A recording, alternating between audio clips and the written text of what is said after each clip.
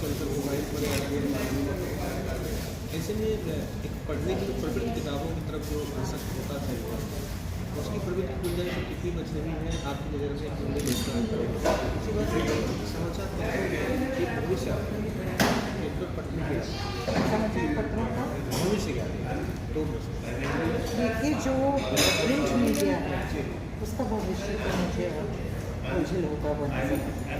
वो इसलिए क्योंकि डिजिटल मीडिया इतना पावरफुल मीडिया है और प्रिंट मीडिया में सबसे बड़ी ये एक हैंडीकैप ये है कि वो एक दिन पुराना न्यूज़ आता है। डिजिटल मीडिया में तो हर घंटे में न्यूज़ बदलता है।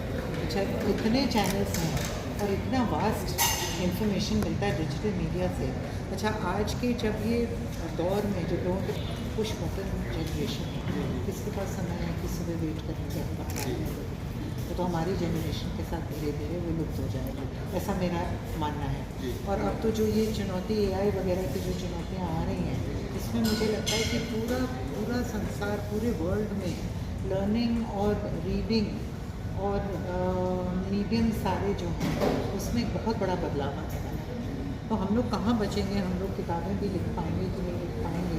प्रिंट मीडिया तो बहुत बदलाव से मतलब आप कहें चीज़ें लुप्त जी जी बदलाव आ रहा है, या तो बदल जाएंगी किसी तरीके से कोई नए आयाम में आएंगी और या फिर ये लुप्त हो जाएंगी। कहीं तो हो ही नहीं है, कितने तो पब्लिकेशंस आप देखते हैं बिल्कुल बहुत खत्म हो गए हैं। दिल्ली मेले में मतलब बहुत देखने वालों की संख्या ज़्यादा थी, खरीदने वालों की पढ़ने किताबें जैसे ये है रुचि लोगों की किताबों में तो अभी भी है।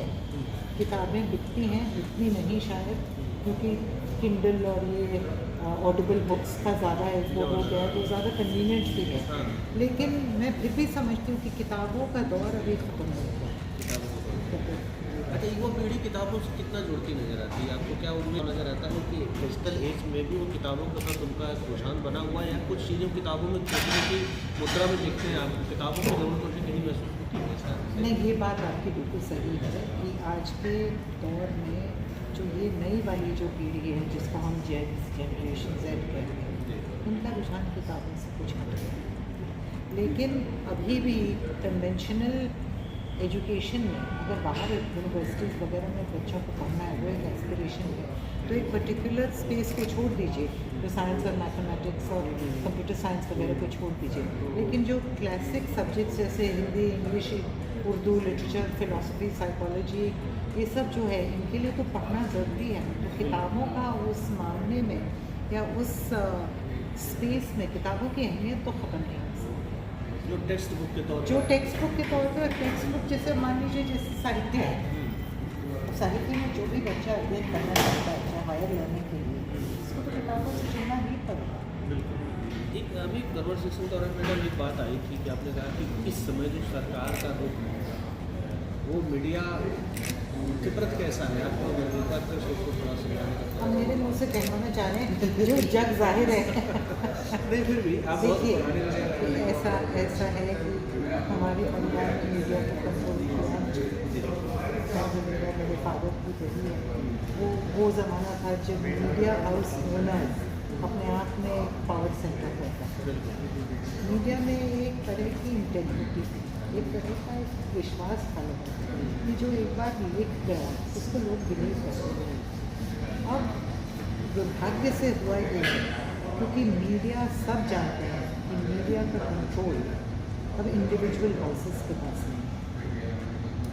हम पढ़ते और देखते वही हैं जो सरकार को मंजूर है, उनके खिलाफ कोई बोल सकता है कोई लिख सकता है। वो आप भी जानते हैं मैं भी जानती हूँ साहस से करेगा ही नहीं। एक तुलनात्मक अगर फिगर जानना तुलनात्मक जैसे आपने तो नेहरू जी का भी और इंदिरा जी का, फिर अभी 70 का दशक आप ले लें देसाई जी का, फिर मीडिया में मोदी जी का, अभी किसमें मीडिया अभी तो कोई मीडिया है ही नहीं, आवाज़ ही नहीं है कोई मीडिया। इंदिरा गांधी के टाइम भी मीडिया ब्लैकआउट हुआ, इमरजेंसी में आप भी रहे होंगे, आप बच्चे रहे होंगे, हमने तो इमरजेंसी देखी है। मीडिया कम्प्लीटली ब्लैकआउट थी। जो कोई भी अखबार जैसे गोयनका जी थे इंडियन एक्सप्रेस के उनको बर्बाद कर दिया उन्होंने। नेहरू जी के टाइम में मेरे फादर ने नेहरू जी के साथ में उनका एक वो बढ़ा उनके साथ में उनकी एनमिटी जो बढ़ी तो इसीलिए थी क्योंकि वो मीडिया को कंट्रोल करते थे और नेहरू जी को वो उन्होंने कुछ कॉलम में कुछ ऐसा लिखा गया था जो वो पचा नहीं पाए, क्या था? नहीं, वो उनका एक्चुअली फंस गए।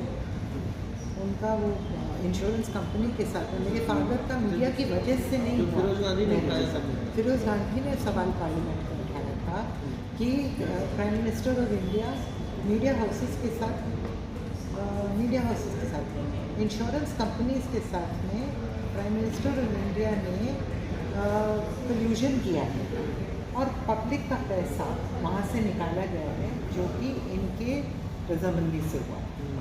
अच्छा, वो हुआ नहीं था, मेरे फादर ने किया था, तो उसको आज के दौर में उसको फ्रॉड ही कहेंगे आप। तो फिर उसमें वो फंस गए। नेहरू तो ढूंढ ही रहे थे मौका उनको फंसाने का, क्योंकि नेहरू से तो एनमिटी बहुत बढ़ चुकी थी।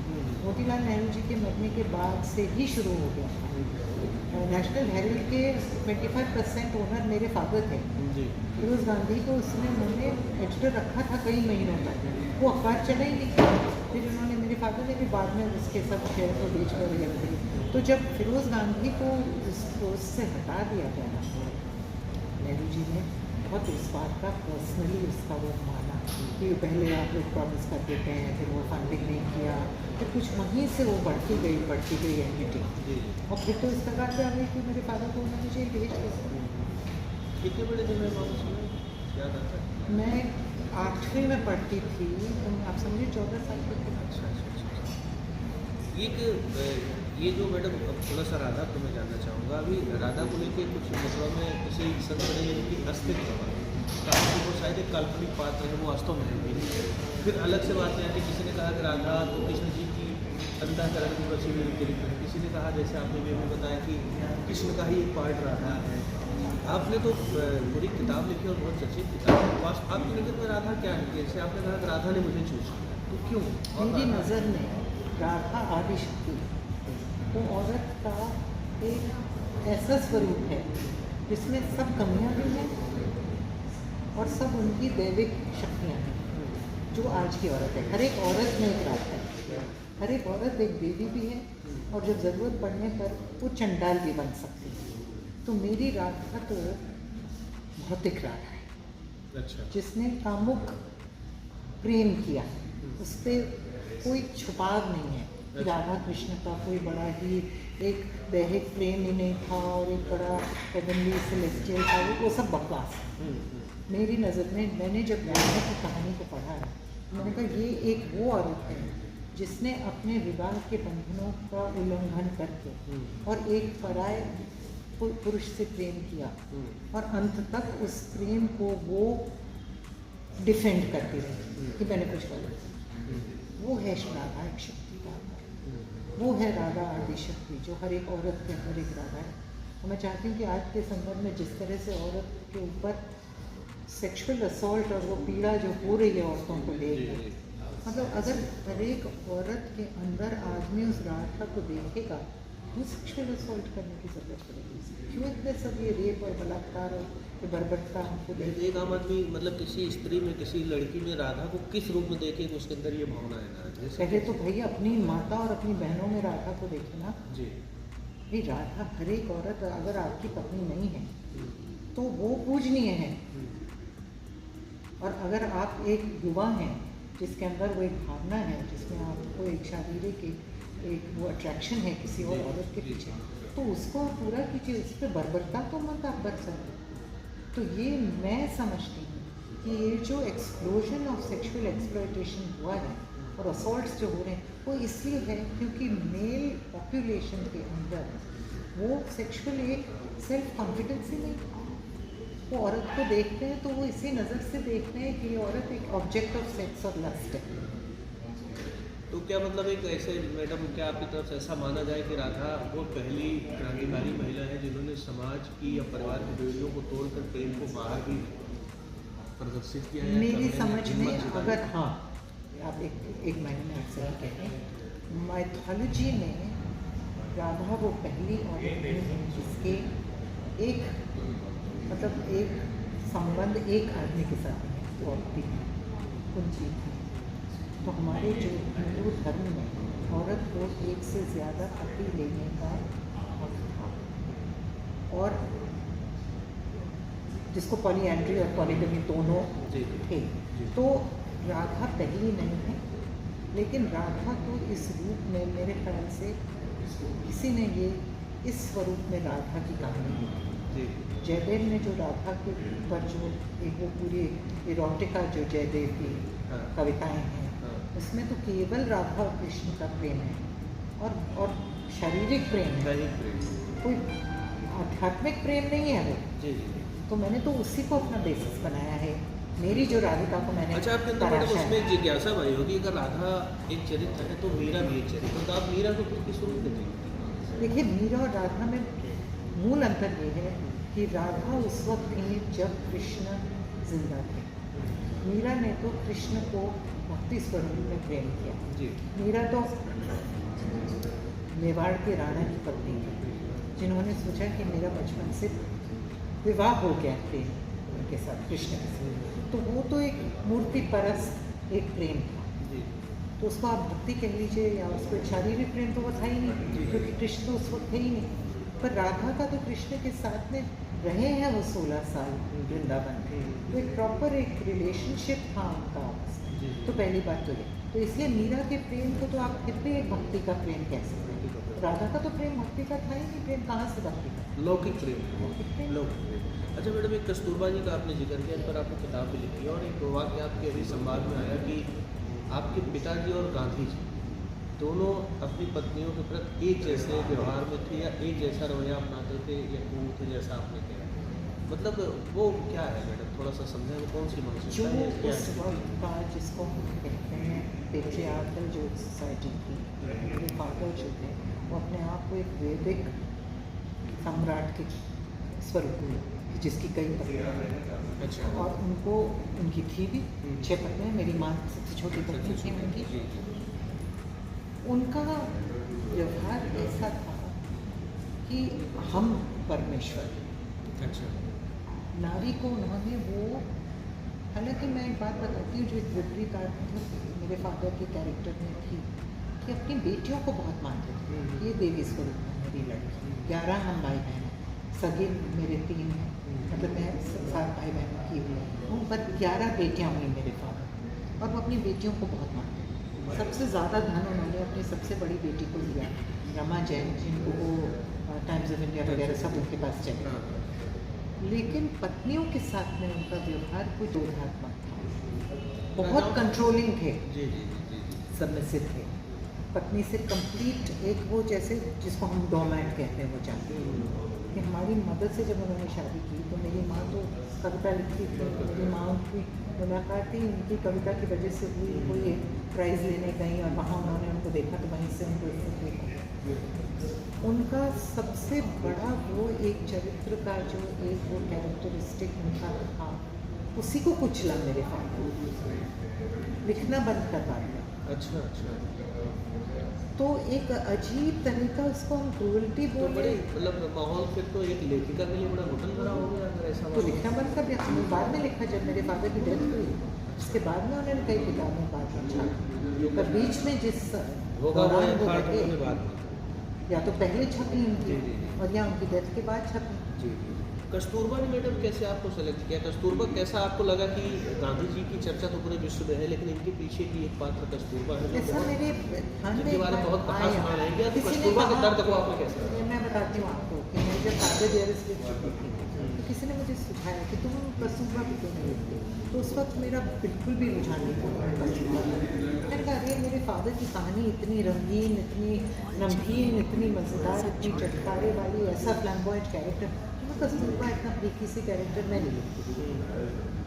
फिर कुछ दिनों बाद मैं ऐसी एक किताब मैंने उठाई, मैं कस्तूरबा के बारे में पढ़ने लगी, और फिर मैं कई बार ये कही, क्योंकि जैसे मेरे अंदर से एक आवाज़ आई कि तुम कहाँ हो, मेरे याद है एक शेर है मैंने का किसी का कि तुम कहाँ हो मेरे याद है, मैं जिंदा हूँ अभी। तो मुझे लगा कि कस्तूरबा की एक अनकही कहानी है, कस्तूरबा की आवाज़ में कस्तूरबा की कहानी मुझे कहनी पड़ेगी। तो जैसे कि कस्तूरबा के कैरेक्टर ने मुझे गले से पकड़ लिया और मुझे लाचार कर दिया जब तक मैं कस्तूरबा को संभाल नहीं लिया मैंने कैरेक्टर कि देखिए कस्तूरबा को जैसे हम लोगों ने छवि कस्तूरबा की देखी है जो गांधी फिल्म में है, सर ढकी हुई, खादी पहनी हुई, बिल्कुल गृहस्थ वाली एक नारी हैं जो गांधी जी के कभी दिखी कभी नहीं दिखी परछाई की तरह। कस्तूरबा के बारे में मुझे ये नहीं मालूम था कि कस्तूरबा की जो फैमिली थी, जिस परिवार से वो आए कि कबाड़िया थे, वो गुजरात के सबसे बड़े टेक्सटाइल मर्चेंट। अच्छा, जैसे मेरे फादर सबसे बड़ी मेरी फादर की फर्स्ट पत्नी मेरे फादर से 3 साल बड़ी थी, कस्तूरबा 2 साल बड़ी थी गांधी जी से। कस्तूरबा अपने 4 बहनों में सबसे लाडली, 4 बहनों में सबसे लाडली एक बहन थी। कस्तूरबा ने जब गांधी जी से शादी की, उसको अपने आप को बहुत ज़्यादा रीइन्वेंट करना पड़ा। लड़ाकी बहुत स्ट्रॉन्ग टाइप की वो एक लेडी थी, उल्लंघन करती थी उनके कहे हुए बातों का, सेक्सुअली बहुत अलाइव थी कस्तूरबा, जिसकी वजह से गांधी जी ने उनके ऊपर लांछन ये भी लगाया कि इतनी ज़्यादा ये क्यों सेक्सुअली ये इंटरेस्टेड है, कहीं और किसी आदमी के साथ ही गई। अच्छा। तो कस्तूरबा ने ऐसी क्या बोलते हैं उसको, झेला है ऐसे ऐसे ट्रबल्स को गांधी जी से। फिर गांधी जी तो कस्तूरबा का जो कैरेक्टर कि देखिए गांधी जी के महात्मा वाले साइड को तो सबने देखा और सराहा। गांधी जी न होते तो स्वराज नहीं होता। गांधी जी योगी थे, ट्रांसफॉर्मर, एक सोशल रिफॉर्मिस्ट थे, वो सब थे। लेकिन गांधी एज अ हस्बैंड और गांधी एज अ फादर, मुझे एकदम से वो जैसे कि मैंने अपने father as a husband and my father as a father versus my father is the greatest industrialist and the greatest propagator of Hindu धर्म इन द वर्ल्ड। तो मुझे एकदम से लगा कि अरे ये तो मेरे फादर का ही दूसरा रूप है, और कस्तूरबा जो है वो मेरी मदर का रूप है। जो गांधी जी का व्यवहार हरीलाल के साथ था, अपने पहले सबसे बड़े बेटे के साथ, मेरे फादर का भी हमारे भाई के साथ में कोई दुनिया भर के एक तरह की क्रूअल्टी थी। वो मतलब मारते नहीं थे, फिजिकल क्रूअल्टी नहीं थी। मतलब आप ये ऐसा मानते हैं कि गांधी को एक व्यक्ति मानकर और उनके पूरे चरित्र का आकलन, समीक्षा होनी चाहिए, करना चाहिए, या उनकी बहुत सारी बातों को छोड़ देना चाहिए महात्मा मानकर? आप क्या? ऐसा तो छोड़ दिया गया टेक्स्ट बुक में से। आप आम किसी आदमी को पूछिए तो वो मानेंगे ही नहीं कई बातें जो मैंने गांधी जी के बारे में बोली। तो उसके लिए सारे मूल स्रोतों, विश्वसनीय स्रोतों तक आप पहुँची? अरे उनकी अपनी ऑटोबायोग्राफी है जो एक माई एक्सपेरिमेंट्स विद ट्रूथ है, जिसमें उन्होंने अपने खुद के सेक्सुअल एक्सपेरिमेंट्स के बारे में, जो ब्रह्मचर्य के उनके घिनौने एक्सपेरिमेंट्स थे नोआखाली में, जिस वक्त राइट्स हो रहे थे चारों तरफ, गांधी जी ने तो वो अपनी नीस और ग्रैंड नीस के साथ में वो नग्न सोते थे आश्रम में। वो मैडम क्या माना जाए कि जैसे सामान्य तौर पर तो कहा जाता है कि दैहिक आकर्षण है, आप क्या मानती हैं कि ये क्या वास्तव में एक सच्चा प्रयोग भी हो सकता है, या दैहिक आकर्षण ही था सामान्य? अगर मैं बहुत ही लिबरल दिमाग से सोचूं तो कोई, मैं अपने ऊपर इस तरह का कोई प्रेजुडिस नहीं आया, बहुत लिबरल दिमाग से सोचूं तो मैं ये कहूँगी कि हाँ हो सकता है। अल्टीमेट ब्रह्मचर्य का प्रैक्टिस कि जिसमें आप 2 नग्न इतनी जवान युवतियों के साथ में, जो एक आपकी नीस है और एक आपकी ग्रैंड नीस है, कि उसके साथ में अगर आप निर्वस्त्र होकर उनके साथ एक पलंग में हैं और उस वक्त आपके अंदर में कोई तरह का इस तरह का दुर्विचार नहीं आया जी, तो आपने तो बिल्कुल परम तपस्या हासिल कर, तो हो सकता है। लेकिन क्या ये हुआ या नहीं हुआ, इसका मेरे पास कोई प्रमाण इस नहीं। भौतिक संसार में क्या है? और मेरे पास ये प्रमाण है कि उन लड़कियों का मानसिक संतुलन बिगड़ गया, खत्म हो गया। स्त्रियाँ वगैरह की बात सामने आती है। अच्छा मैडम, जैसे अभी दुनिया भर में अलग अलग धर्मों की बातें, और बहुत एक धीरे धीरे कुछ सीमाओं का संघर्ष, कुछ धर्मों का संघर्ष, कुछ कटता भरा माहौल कुछ ज़्यादा सा देखा जा रहा है, तो क्या इसको आप क्लैश ऑफ सिविलाइजेशन कहेंगे, या विस्तारवादी नीति का दुष्परिणाम? क्या, कैसे दुनिया को देखते हैं? इससे बड़ा कोई हमारे लिए दुर्भाग्य नहीं हो सकता जो आज के माहौल में धर्म के नाम पे जो प्रीच किया जा रहा है, जो हमको सिखाया जा रहा है। जी, क्योंकि अगर आप सही मायने में अगर आप हिंदू हैं तो आपके अंदर तो इतनी उदारता है हिंदू धर्म में कि हम तो हर एक धर्म को हम गले लगा के रखते हैं। हमने तो कभी नहीं सीखा कि हिंसा कीजिए और आपको एक ने मारा, तो बल्कि गांधी जी का ले लीजिए कि एक थप्पड़ मारे तो आप दूसरा गाल दिखाते हैं, हमको तो आता ही नहीं है। मैं तो कभी इस माहौल में, हालांकि मेरे पिताजी बहुत कट्टर हिंदू थे, लेकिन हमने अपनी ज़िंदगी में, और मुझे बहुत एंजाइटी होती है सोच के कि हम किस माहौल में अपने, पूरी दुनिया आग लग गई है दुनिया, और धर्म को लेके ही आग लगी। जहाँ भी वॉर्स हैं एक दो जगह को छोड़ के, वो रिलीजन को लेके वॉर्स हैं।